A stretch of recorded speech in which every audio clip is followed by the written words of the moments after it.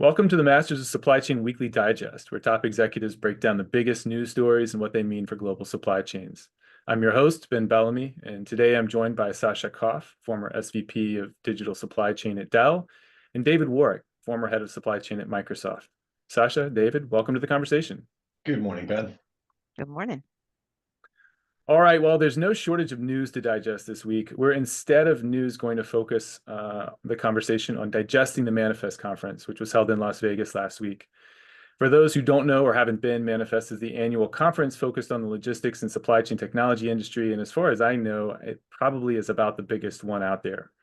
This year was the fourth iteration, and it sounds like it was a real success. Sasha and David, you were both there at this year's conference. I'd like to use today's time to just get your impressions of the conference, get a few points to highlight for the shippers, for the technology providers, and for the investors that are out there. Sasha, this was your first year. Tell me, what were your impressions? What was kind of the theme that you took from this year's conference? So for me, I was really impressed. And I think the secret sauce of this event in comparison to others was really the makeup of the population that was there. You had large corporations, you had a healthy number of what I'll call startup slash growth stage companies that were there. And then also obviously the investment community as well. So to me, that was really unique, right? You typically will get, a tech player and a big industry player, or you'll just have the VC community and the startup community. But to have truly kind of this trifecta of folks that were there, I think it really generated an opportunity to have some very different conversations than you typically would find at other forums. So to me, that was absolutely a hallmark difference. Fantastic. I know that is a challenging thing to do as well, to get all of those constituents that you just named in the same room. David, you've been there. This is, I believe, you've been every single year. Would love to get your impressions and kind of how you've seen it grow and change. Thanks, Ben. Well, this is my fourth year, and the very first year, I think there was maybe something like 700 or 800 people actually attended. This year there was more than 6,000. So to have that kind of growth, in a very short space of time, is just incredible. And if you were ever considering a career in supply chain and you were wondering, just what it's all about.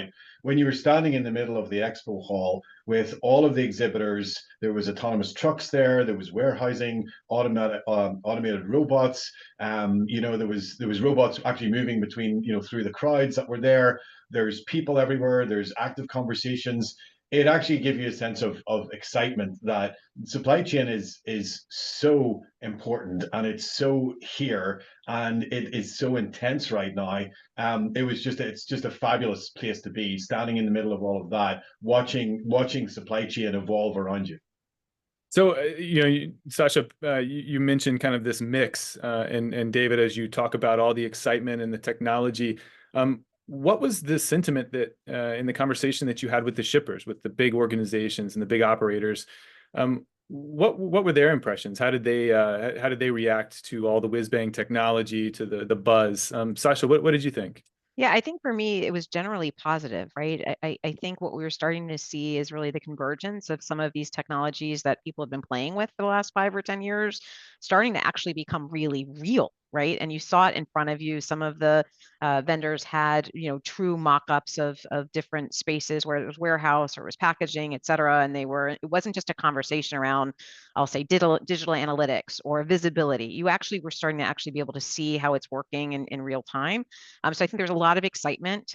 Certainly, folks, there's a lot more to go, right? But I think what we're starting to see is really that it is real. This is not just play, and so that was really exciting and different for me. David, anything to add there? And I know we talk a lot at our roundtables and in our programming about just the adoption of these technologies and whether shippers are really and truly putting them in their organizations and operations. What did you think from the shipper's perspective? What was the sentiment that you took? I mean, there's, the format of the conference is there is a very big expo hall with lots of exhibitors. Then there's a roundtable section, and then there's different offshoots of that, with presentations happening across multiple tracks all the way through basically the 2.5 days. In the sessions, there was a lot of conversation around artificial intelligence, what it was all about, where it was going, practical applications of it, and also, a kind of a sense that there's, we are on the precipice of something, quite intense here, but it's all about the practical application.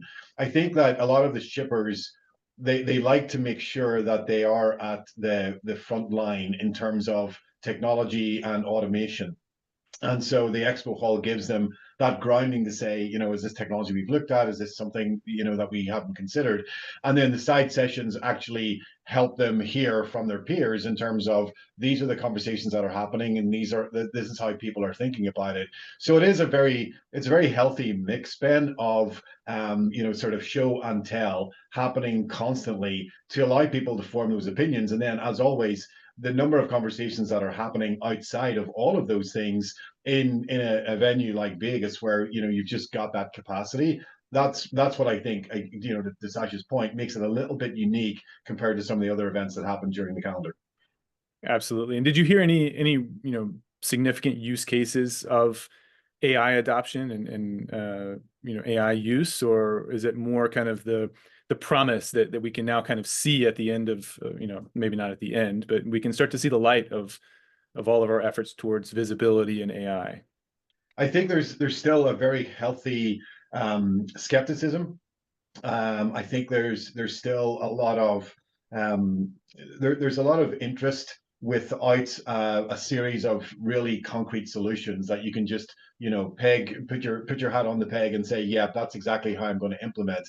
And a lot of the discussion was around, but how do you start? Much like we do in Masters of Supply Chain, we keep having that discussion and trying to give people practical examples of how you take this technology and do something really positive with it. I do think, though, that as the conversations went through the 2.5 days, I think that there is a general acceptance that this is not just another thing, that this is much bigger than like an RFID or a blockchain. There's something more practical to be found here for supply chain, and I think that I was really excited to see some of the applications of it, especially in terms of computer vision.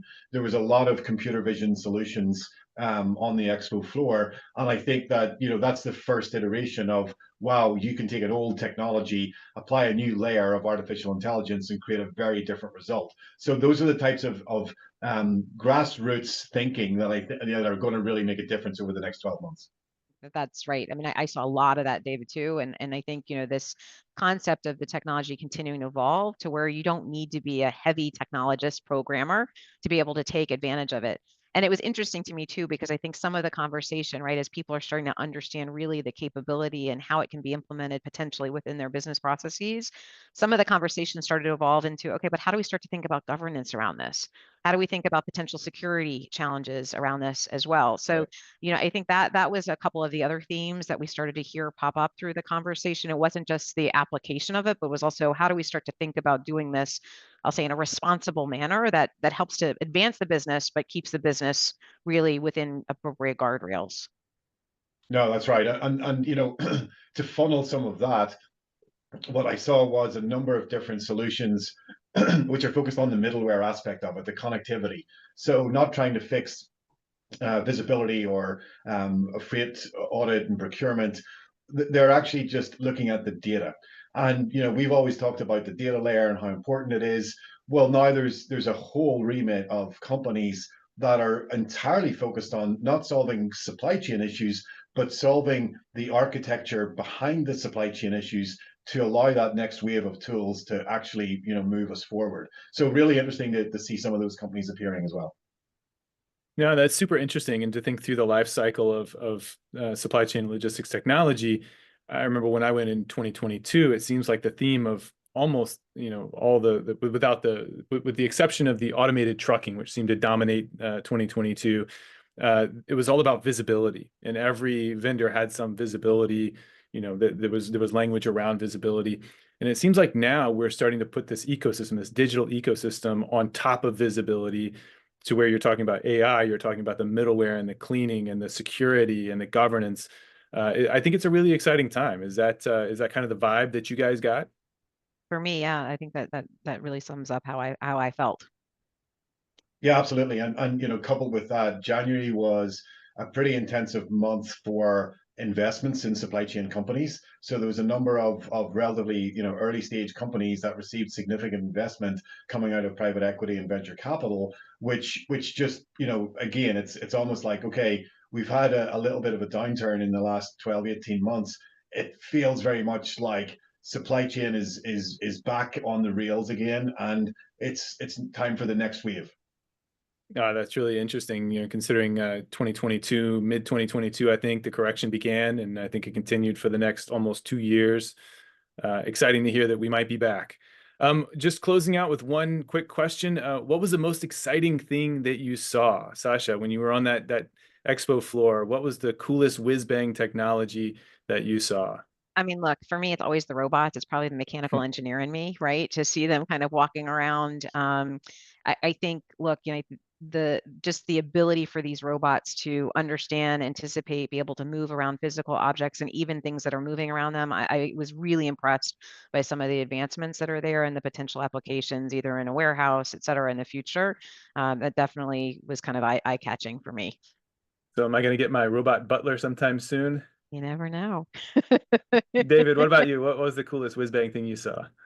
I mean, I nearly did have a head-on collision with a Boston Dynamics dog, so that was pretty, and it moved out of my way. So I thought that was pretty good. I love the computer vision. I love the fact that you can take an archaic camera system, layer on AI technology, and then do something incredible. Understand the movements of goods in a warehouse, on a truck, all of those different things, and then use that data to actually analyze and improve.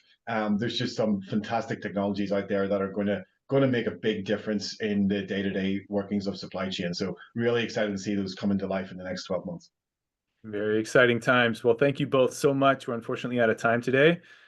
We will see all of you again in the next video. Take care, everyone. That's